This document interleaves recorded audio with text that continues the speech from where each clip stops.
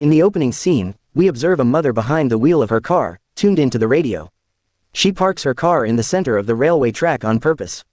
Surprisingly, she has endangered her son. She has left her kid to die, and the next shot shows a girl.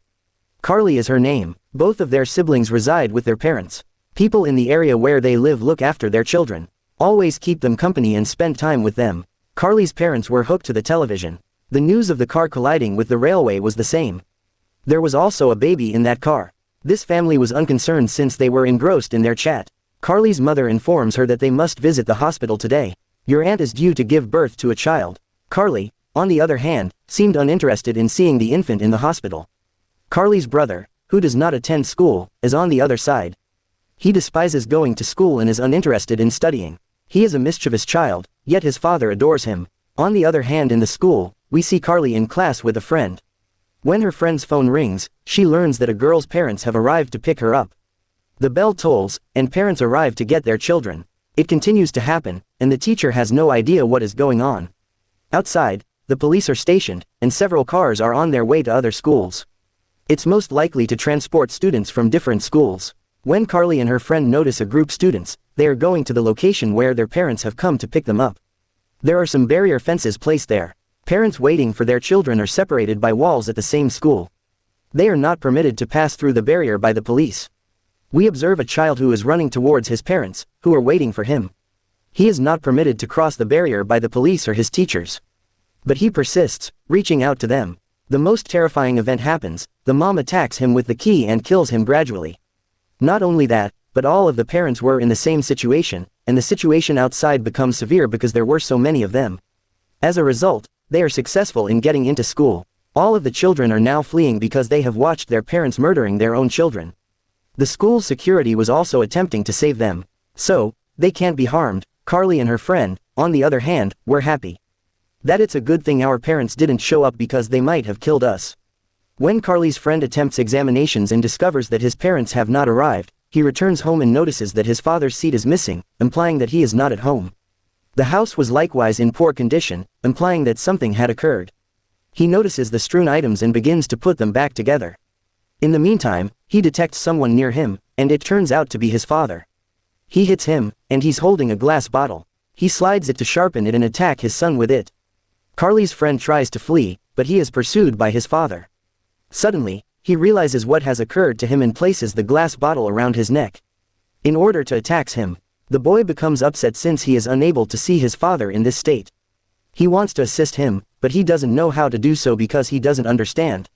Carly's mother, who was crying, was on the other side. Because her daughter is oblivious to her and misbehaves. On the other hand, she receives a call from her sister informing her that she has give birth to a child. Carly and her companion are on the other side. They manages to get away from school and go to Carly's friend's house. Carly was sitting in front of the television, waiting for her friend. She is late and notices something is wrong right away. She begins to find her, and she soon finds that her friend has been murdered by her own mother. Carly's mother sees a news as she arrives in the hospital, that a gang is abusing parents by employing a chemical, particularly on the parents who adore their children. Their killing their own children is a side effect of this medicine. When she enters the room, she discovers that her sister has just given birth. The lovely child has been born. She notices Carly's aunt is quite pleased, and she notices the baby is also very happy. She hugs him, and the chemical activates as she does so because of the love. And she hugs him so firmly that the child's breathing fades away. Carly's mother had already seen the news, so, she also tries to take the infant. The doctors as well try to take the baby. But she refuses to let go of him since she has a firm grip on him. Carly's mother, on the other hand, tries and eventually takes the baby. Later, Carly's aunt tries to use the cutter to attack him and to kill him. Carly's mother, on the other hand, rescues the infant. Carly, on the other hand, notices that her friend's mother has murdered her. And she runs away from there, terrified, and on the way, she witnesses a number of strange events, including a dad murdering his son. With the bat of a baseball, she feels terrified and sees, she likes the boy who was beyond her. They were both talking about how Carly's mother doesn't love her. And she also doesn't love her and their bond isn't strong that this chemical can affect them. And Carly's younger brother's life is in danger, because her parents adore him and have decided to return home to save him. On the other hand, Carly's father is seen in the office, looking exhausted. He sees everything blurred in front of him, which is common when someone is distracted. This indicates that the chemical will have an effect on that person. On the other side, Carly's mother was constantly calling him, and he was shouting loudly. She was concerned that he might murder her son. Because, given the current circumstances, anything is possible. On the other hand, a nurse visits Carly's mother. She informs me that this infant must be kept in the hospital since he is too young. Carly's mother, on the other hand, does not give her. According to the nurse, your sister had the same chemical in her blood. However, we'll keep him in a secure location. The youngster is taken to the hospital and placed in a secure area. There were many more babies present, but the atmosphere outside the room horrific. The parents were fixated on their children, their gazes akin to specters.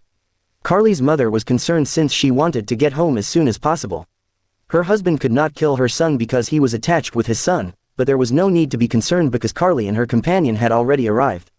After seeing her, she returns home. They see maid, asks for lunch, but she declines, instead asking that she be told where my younger brother is. Carly observes blood on the broom and realizes what has happened. Because she wasn't present, the maid also killed her daughter. She grows frightened and asks the maid to leave this house immediately. She goes upstairs to look for her brother. She notices him hiding under the bed, terrified. Carly inquires if he is safe, and he responds that he is safe.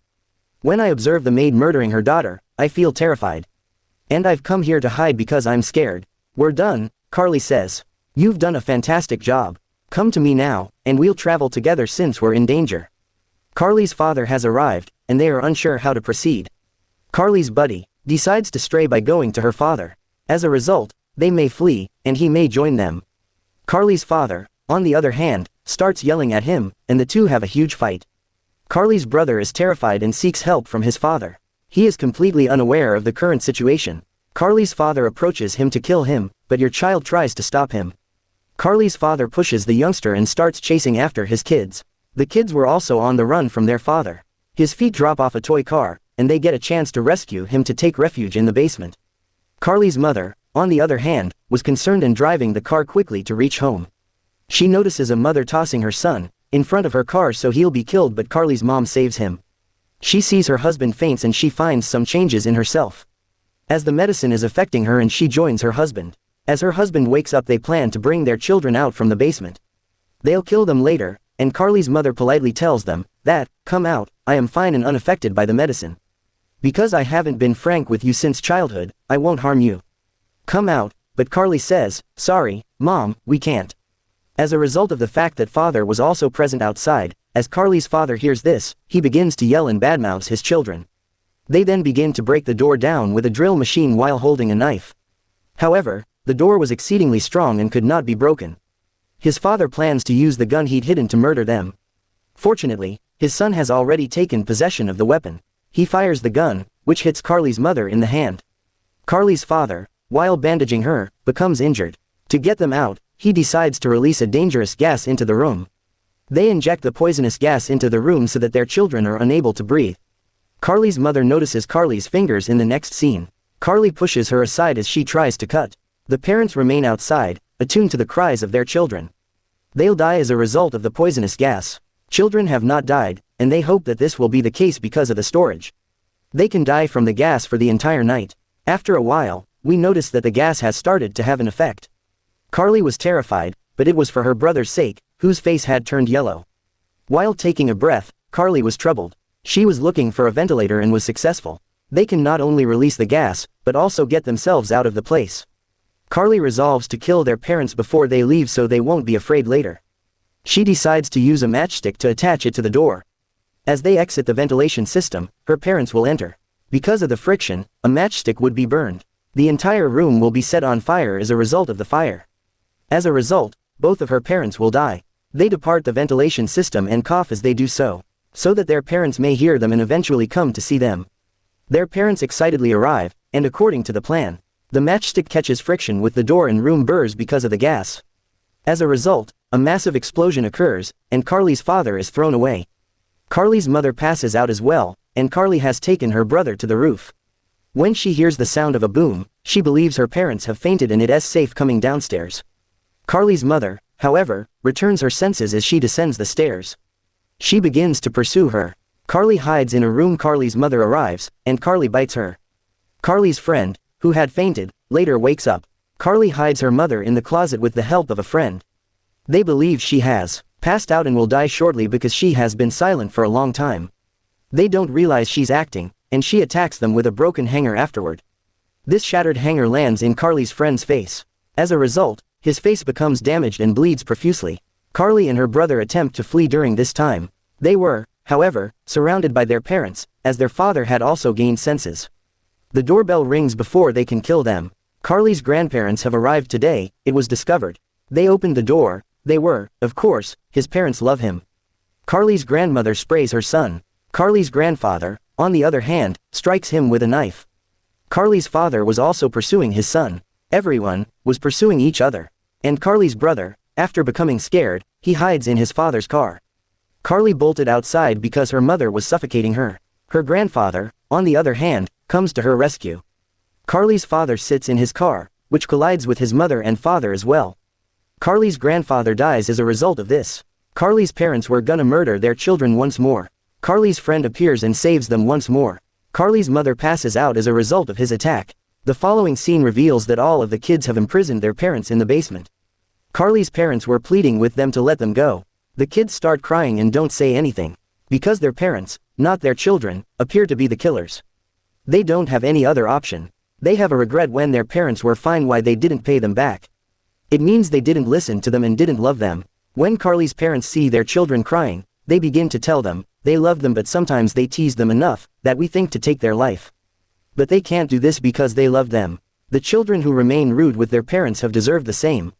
The film ends here. Thank you for watching.